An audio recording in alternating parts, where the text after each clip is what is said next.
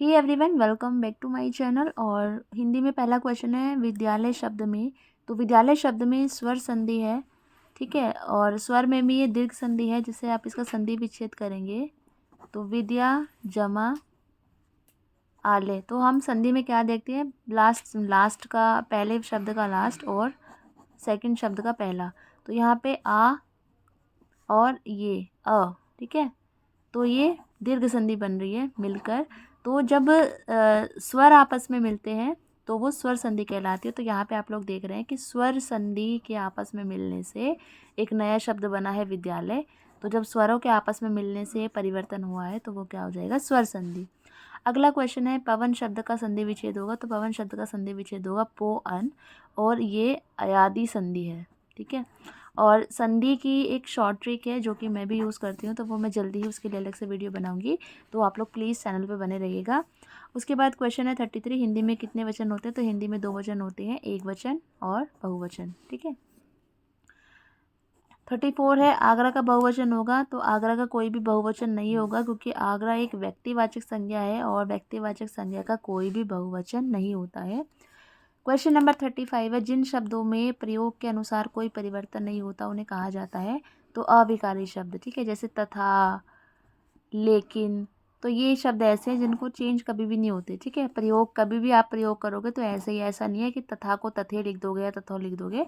तो कुछ ऐसे शब्द होते हैं जो कि चेंज नहीं होते हैं। उसके बाद है 36, शब्द के सही रूप का चयन कीजिए। तो तृष्णा सही शब्द है, वो देखने से ही आपको पता लग रहा है। नेक्स्ट क्वेश्चन है हमारा, कवि का स्त्रीलिंग बहुत बार पूछा जाने वाला प्रश्न है ये। तो कवित्री इसका सही आंसर है, ए ऑप्शन दिया ही नहीं हुआ है, आप प्रिंट नहीं हो पाया।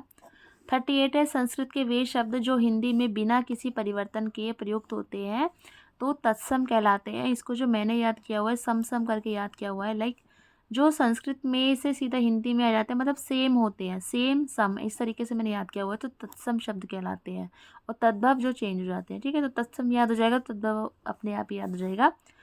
क्वेश्चन नंबर 39 है जब किसी समास में दोनों पद प्रधान होते हैं तो उसको हम द्वंद्व समास कहते हैं।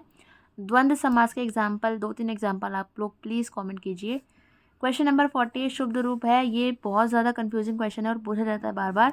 तो उज्ज्वल सही आंसर है, ये आधा ज 2 बार आता है, उज्ज्वल, ठीक है। क्वेश्चन नंबर 41 है अनुरक्त का विलोम है। अनुरक्त का विलोम शब्द है विरक्त। अनुरक्त मतलब होता है अनुराग, मतलब अनुराग युक्त, ठीक है, और ये अनुराग से विमुख, अनुराग मतलब प्यार होता है एक तरीके से। क्वेश्चन नंबर 42 है निम्न में से किस शब्द किस समूह में सभी शब्द तत्सम है। तत्सम मतलब जो संस्कृत में भी वैसे ही हैं जो जैसे ही वो हिंदी में यूज़ होते हैं, ठीक है। तो ए ऑप्शन सही है। शर्करा, पवन, ज्येष्ठ, अग्नि, ये सारे किस में प्रयुक्त होते हैं हमारे, एज इट इज़ हिंदी में भी, ठीक है। जैसे अभी इसमें किताब नहीं है, और इसमें घोड़ा नहीं है, और इसमें ये चम्मच नहीं है, ठीक है। तो इस तरीके से हमने ये एक एक पॉइंट को काट दोगे तो राइट आंसर फाइंड आउट हो जाएगा। तो ये सही है। क्वेश्चन नंबर 43 है कि शब्द में कु उपसर्ग नहीं है। तो देखो कु उपसर्ग कुशल में नहीं है, कॉज कुशल एक मूल शब्द है। कुरूप, कु जमा रूप, ठीक है, कु जमा कर्म, कु जमा कुचाल, तो ये इसमें है लेकिन कुशल में नहीं है।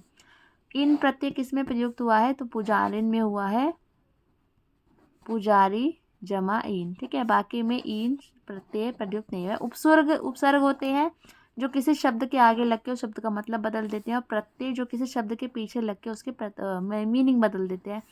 पास से प्रत्यय पीछे याद कर लो, फिर उसे उपसर्ग ऐसे आ से आगे या ऐसे करके उसको याद कर सकते हो।